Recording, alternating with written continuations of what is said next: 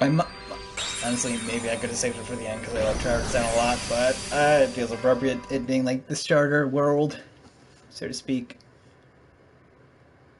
So, uh, you know how in Hollow Bastion there's like, cutscenes and like story?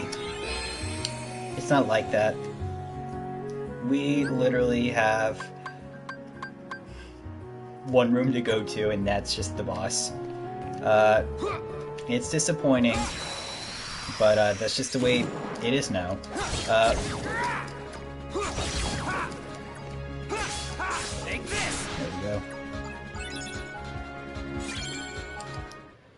So yeah, it's disappointing how that is.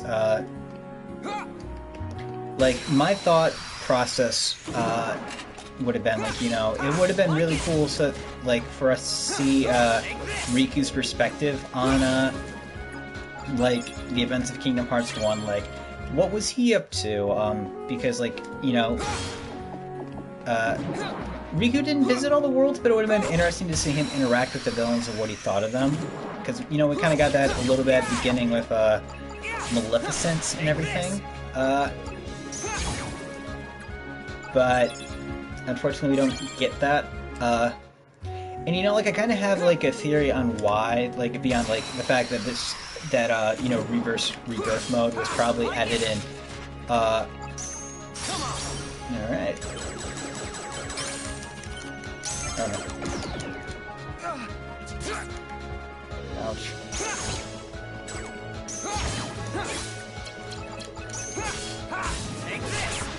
Okay, I can show off Mickey right now, actually. So, what happens when you summon Mickey? Oh, never mind.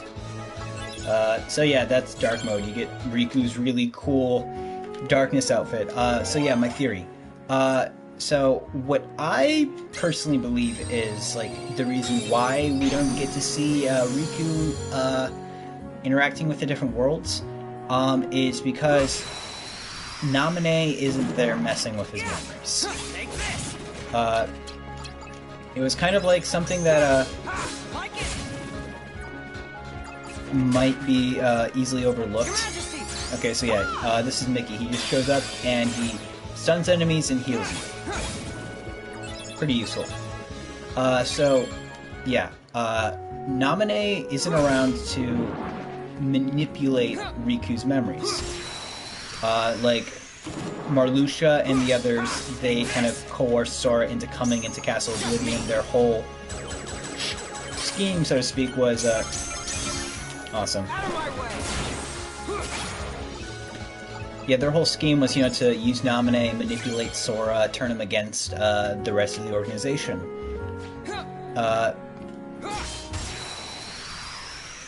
It's not that with Riku. Like, based on, like, what Zexion, Vexen, and Lexaeus kind of mentioned, they had no idea Riku came here. It was an unplanned thing. And the only time that we see, like, an actual cutscene going on with Riku is, well, actually when, I don't want strong cards. Now let's go for Roulette Room. Like, the only time we actually see Riku dealing with his memories is in the first one when he's dealing with Ansem, who is, super powerful. And, like, that is kind of just based off of the dialogue that they were talking about. His sense is familiar to the superior. I think it's talking about both. Oh yeah, and if you add in Riku, 2 attack cards from Riku and a Mickey card. Oh, cool. So yeah, like, when they're talking about their superior, because Riku was touched by Ansem's darkness, I'm looking for big numbers. Since Riku was touched by Ansem's darkness, and, like, there's lingering darkness in Riku, like, the scent similar to the superior could be either Ansem or Riku himself. So, basically, like, the way I see it is that, gosh, Ansem's, like, you know, powerful enough to, like, influence parts of Castle Oblivion. And, you know, he's not actively able to shape Riku's memories, but he is able to kind of, like, take a part of that and do something. Like, he's not able to change Riku's memories per se, but he is able to show what's in there. Because, and like the reason I think this is because Naminé the entire time, like, there was never a one-to-one like encounter where Sora was, you know, journeying through his memories and was like, oh yeah, this is exactly how it went down in Kingdom Hearts 1. They play such high cards. Why are there 2 9s?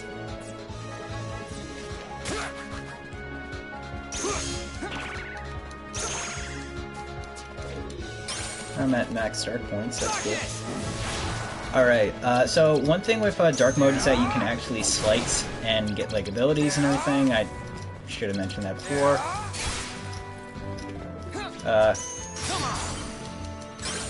And also when you're in dark mode, your combo slates are a lot stronger. I'm doing bad.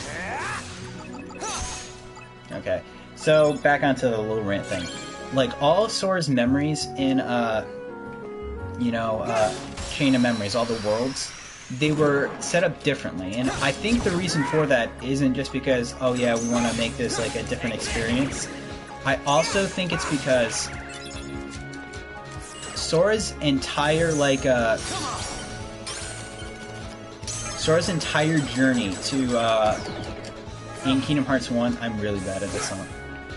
Sora's entire journey in Kingdom Hearts 1, like, all of the worlds he went to, yeah, it was like, you know, saving the worlds from darkness, but all related to Kairi and the search for her. So if Sora went back to the different worlds and was reminded of Kairi, then, you know, Naminé couldn't convince him that she was the most important thing to him.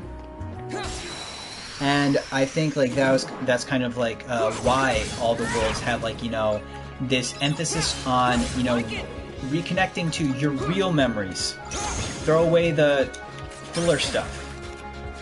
Like, it's not just, you know, them being able to use the same Disney properties and not just doing a complete rehash of the main story. It was, at least in my opinion, more of a, like, Naminé is manipulating Sora, trying to make him think that all of his adventures were related to his memory and trying to regain it. But since Riku doesn't have someone pulling his strings the same way, he's not experiencing that, and that's why Riku's story is so brief, I'd say. I don't have enough cards to do duels because apparently these guys have, like, super awesome cards.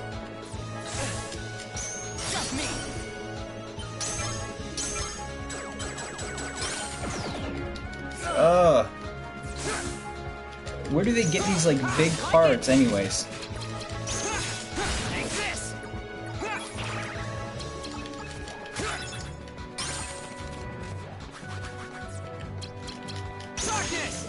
Here we go. Oh, no. Yeah, that's a frustrating thing, because if you want to use, like, a Mickey cure thing, you have to, like, be sure you're not doing it during a dark mode thing, because then you can't. Alright.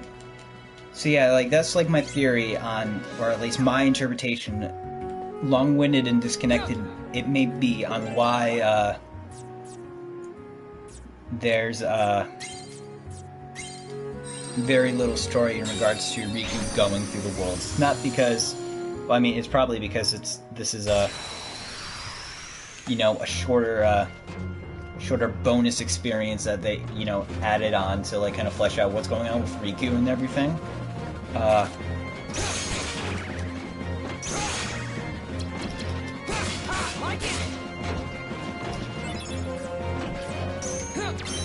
we go.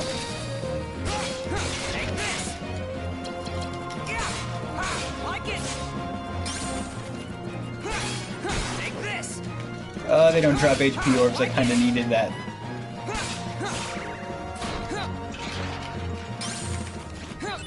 Mickey. Cool. Inverse burst. Oh, that's actually cool. So it does dark and lights. Another Mickey.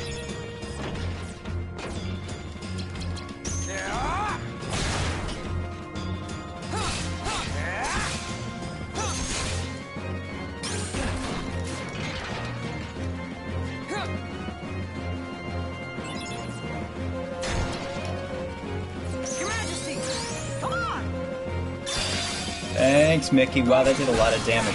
Oh yeah, now I remember something, actually. The thing with Mickey is that he does light damage, which no enemies in the game are capable of resisting.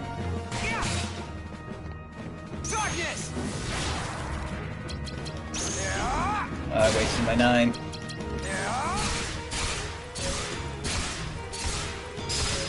we go, cool.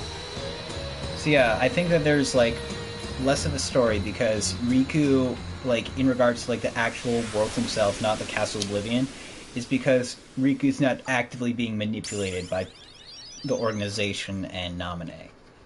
Because like, I guess sometimes that, at least something I forget sometimes, is that in narratives, characters can lie, and lie intentionally. Like, I think because Kingdom Hearts is a game where everything is kind of presented as fact, we sort of take that for granted. So when Marluxia's all like, find is to lose, and to lose is to find, we kind of believe that, and we're like, okay, yeah, Castle Oblivion makes you lose your memories, where it's not actually the case at all. Naminé is manipulating Sora and messing with his memories. Oh, we actually have to go to the Conqueror's Respite ourselves. That's interesting. God, I forgot everything about this mode. But yeah, so like, you know, Naminé is the one actively manipulating Sora. So that's kind of the thing.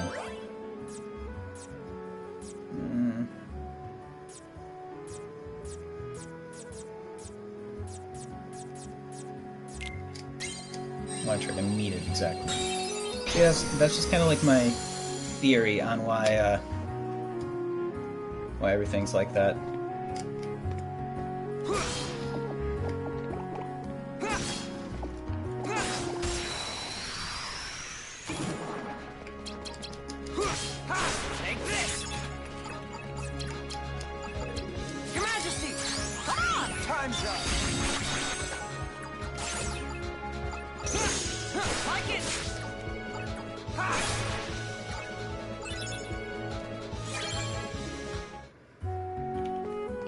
Okay.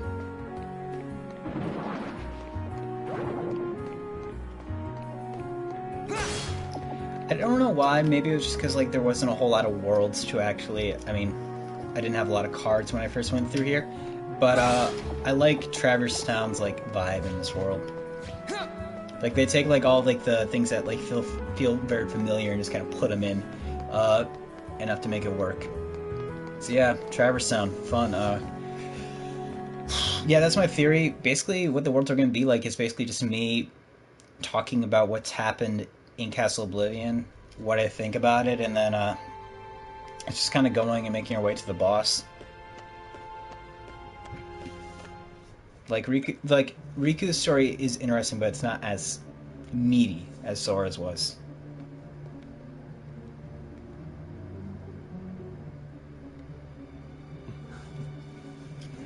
I have identified the scent. Okay, I was wrong about that. It is Riku.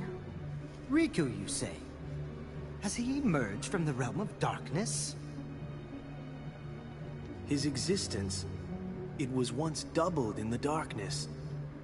Fascinating. That's why you mistook him for the superior. The dark power given to Riku facilitated his escape from its realm. What I want to know is why he appeared here in Castle Oblivion. That's really quite simple. His existence resonates with that of another hero. Sora is in the castle? He arrived earlier. Marluxia is already using Naminé's unique powers to meddle with Sora's heart. Without even bothering to consult us. It seems he desperately wants the Keyblade Master for himself. What a foolish plan indeed. Sora's is not such an interesting existence. The entity that holds true value is Riku, the hero of darkness.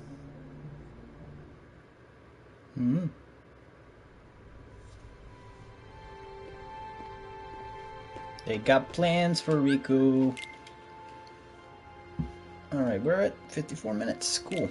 Well, 56 technically. 55. Yeah, like, just based on, like, my first playthrough, like, in comparison, like, you know, I sped through, Sora's mode this time around, but, like, I beat the first time in about 17 hours. Riku's almost 11. I beat Sora's in about 14.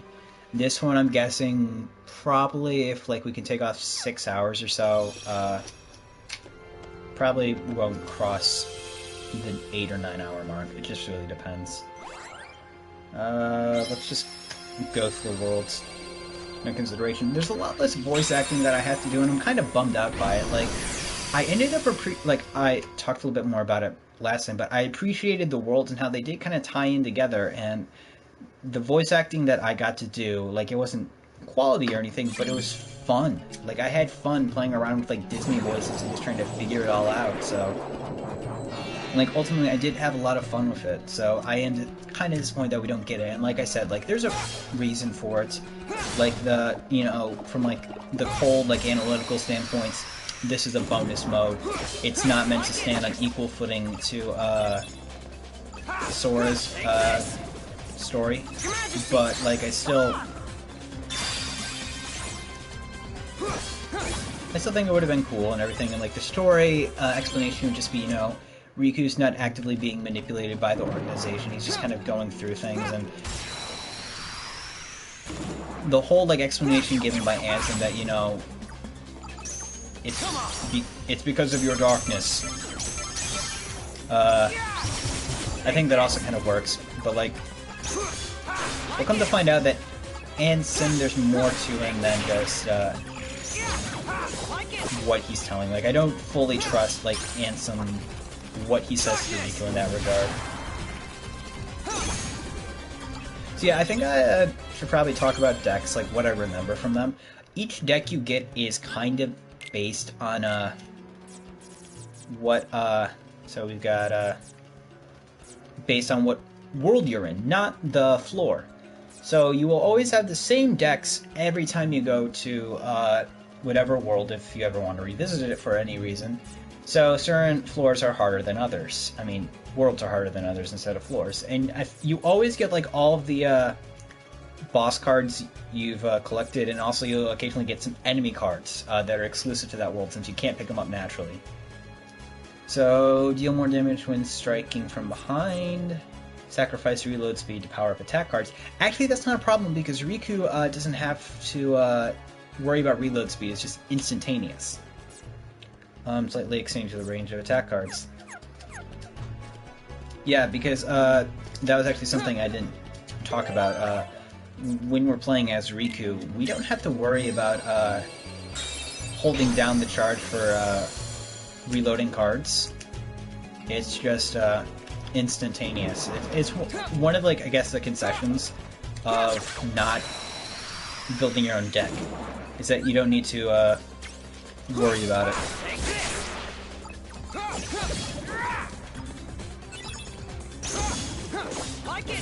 There we are. I'm liking it. I do like it, Riku. I like it. Alright, which way does the map go? Oh wow, this is just so straightforward. I hope that counted. No, it didn't.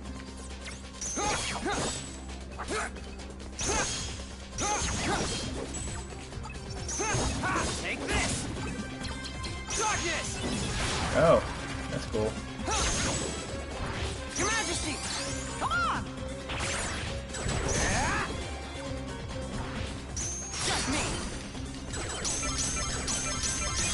There we go. Dark Maelstrom. Oh, that is cool. He does like a little, like, there's like this silver sword thing that goes around it. Attack points. Like it! Alright. Like it! Oh yeah. I love this so we can like two-shot these guys. Take this! Your Majesty! I don't know if this will even work. Okay, yeah, we have to lock on, but it'll work. Yeah, like, not even like the magic-resistant enemies are immune to light, so that's really cool how Mickey does that. And I don't know why I didn't mention this earlier, but like, Riku's mode actually gets kind of dark. Like, not super dark, but there are some like dark moments and stuff, and I think, honestly, I think this story would have, Riku's story would be very boring if there's not Mickey. I mean, it on the harder difficulties, it's close to impossible simply just because you've got a ridiculous amount of enemies that can do a lot of damage on the higher modes, and it just helps to have like Mickey's healing abilities. But like Mickey has some like much needed brevity. So, and also just like, it's interesting to have like the contrast between Sora, who's like, at this point, gotten very close to Donald Goofy, and if Chain of Memories is like the story of how Donald Goofy and Sora become this like real unit, and like how close and like how strong their bond becomes, and like it's kind of like furthering like and cementing it, cementing their bond. This is the beginning of the bond between Riku and King Mickey.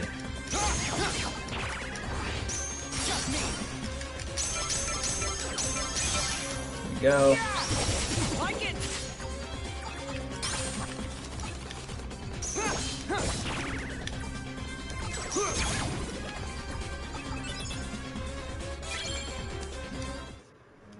We're getting a lot of low cards. No, there's totally going to be a lot more of these guys.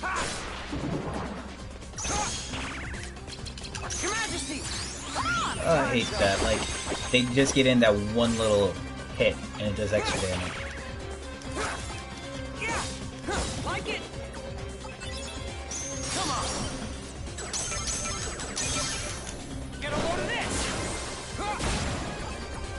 I don't know what makes it so that like a break chain is like between 7 and like 3. There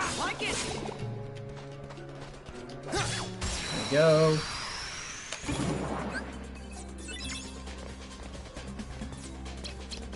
Your Majesty! Holy burst. Time's up. Yeah, I think inverse burst lasts just like a second longer. And I like it for that.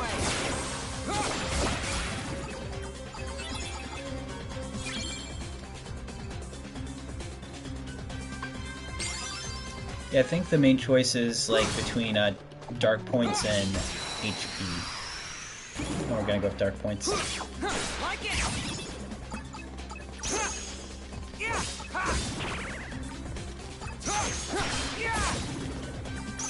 Just me. Out of my way. Experience. Alright. Pulled around enough. We could be moving on.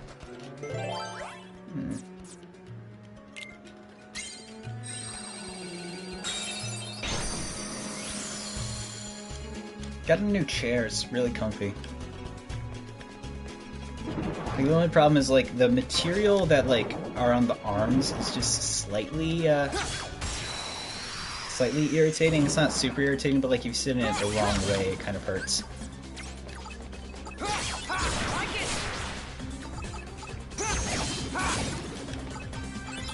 There you go. Moment's reprieve. That could be useful later.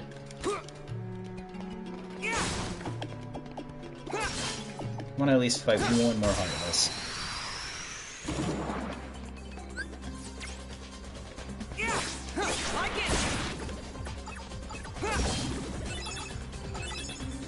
Simple and clean.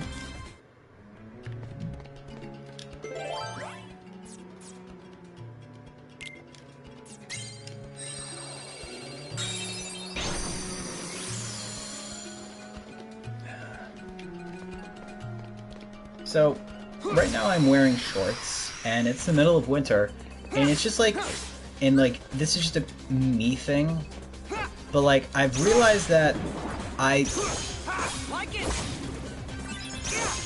do better recording when I have real pants on. Like, not like, you know, gym shorts or sweatpants or anything like that you might wear so you're comfortable at home. Like, I like straight up wearing pants when I record, like it's like business mode or something, I don't know. So like I'm wearing these shorts, which are my favorite pair of shorts that I wear all the time during the summer. And I'm like, I don't know, like,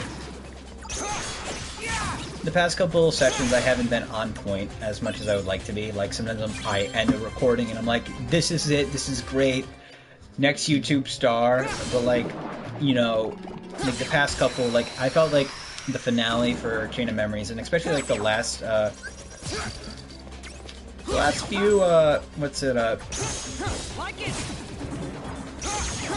the last, you know, few recordings I've done, most of Chain of Memories actually, I feel it hasn't been like as high quality as like it could be.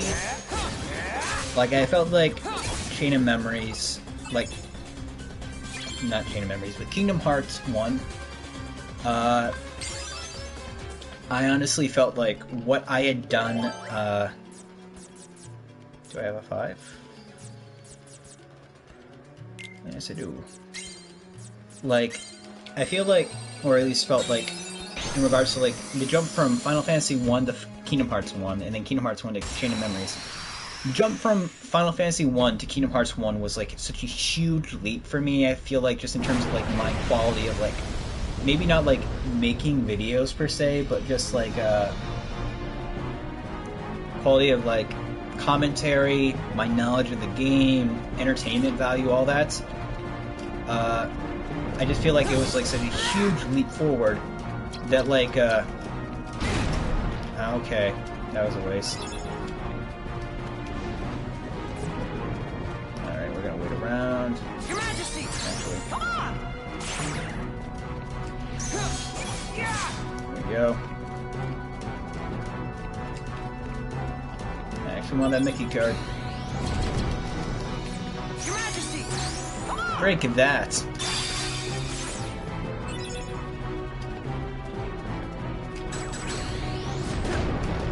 Ow. I hate that, like, when you, Like it! Alright. Ugh. Your Majesty! Come on! Time's up!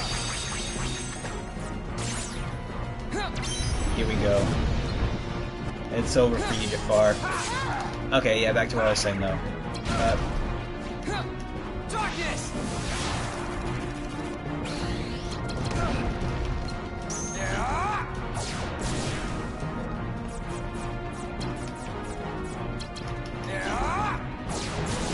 So yeah, in regards to kind of just what I was saying, though, I feel that, like, the quality jump with,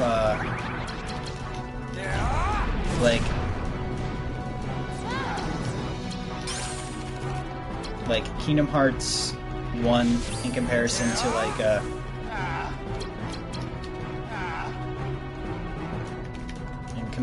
like, Final Fantasy 1 was just like such a huge leap forward for me that, like, this one doesn't feel like such a big leap, and like like, you know, it just took me forever to. Oh, that was cool. It just took me forever to like get that thought across, but like I just felt like, you know, Final Fantasy 1 was a struggle, it was a journey, and, you know, I'm happy to have taken it and everything, but like I'm proud of like what I was able to accomplish and how much I grew in regards to all that. Like, I felt like, you know, by the time I ended Final Fantasy 1, I was just so much better than when I started. So that, like, when I started Kingdom Hearts 1, I felt like, you know, I was prepared, I was ready to go. Like, I had just done, like, you know, I was like, you know, I felt like I was just so much better off than when I started. But when I kind of... Oh, there's a fight. Oh, this gives me more time to talk. So, like, when I started this, you know, like, I still felt like, you know, I had, like, a kind of better handle on things. But, like, you know, I still didn't feel like, you know, I ended Kingdom Hearts 1 so much better than I did when I started it. Like, I still kind of felt like, okay,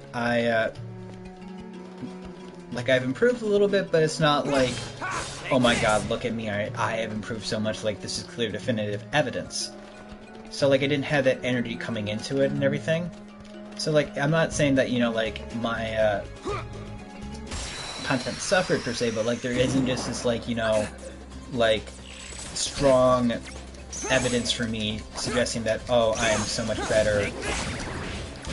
I don't know, it just feels like there's, like, this kind of, like, I wouldn't say, like, creative high, almost like it, actually, though, where it's, like, you kind of feel like, okay, I've improved, I've shown, like, significant change, look at me go, and it kind of, like, can help carry you and make you do better, I feel. And I'm doing such a bad job of articulating this, but, like, it's kind of... I guess I just feel like lately my content, like, I'm making some, like, huge thing. But just lately, like, you know, I feel like my commentary's a little off, like, you know, I'm not doing a good job of getting my points across. One thing that frustrates me about the stuff I make is that I will, like, I'll have a thought, try to tell a story or something, and then I'll get sidetracked. And, like, you know, that's kind of the way I am sometimes. But just, like, I notice it more on this, where I'm like, oh yeah, you know, you're supposed to be telling a story, but you should probably be talking about what's going on right now. And then it's like, I don't know what to talk about. So that's a little frustrating, and I'm still trying to figure that out.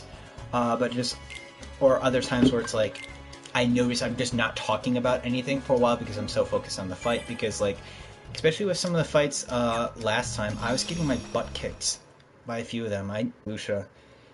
You know, it's just like little frustrations, little things you nitpick in yourself.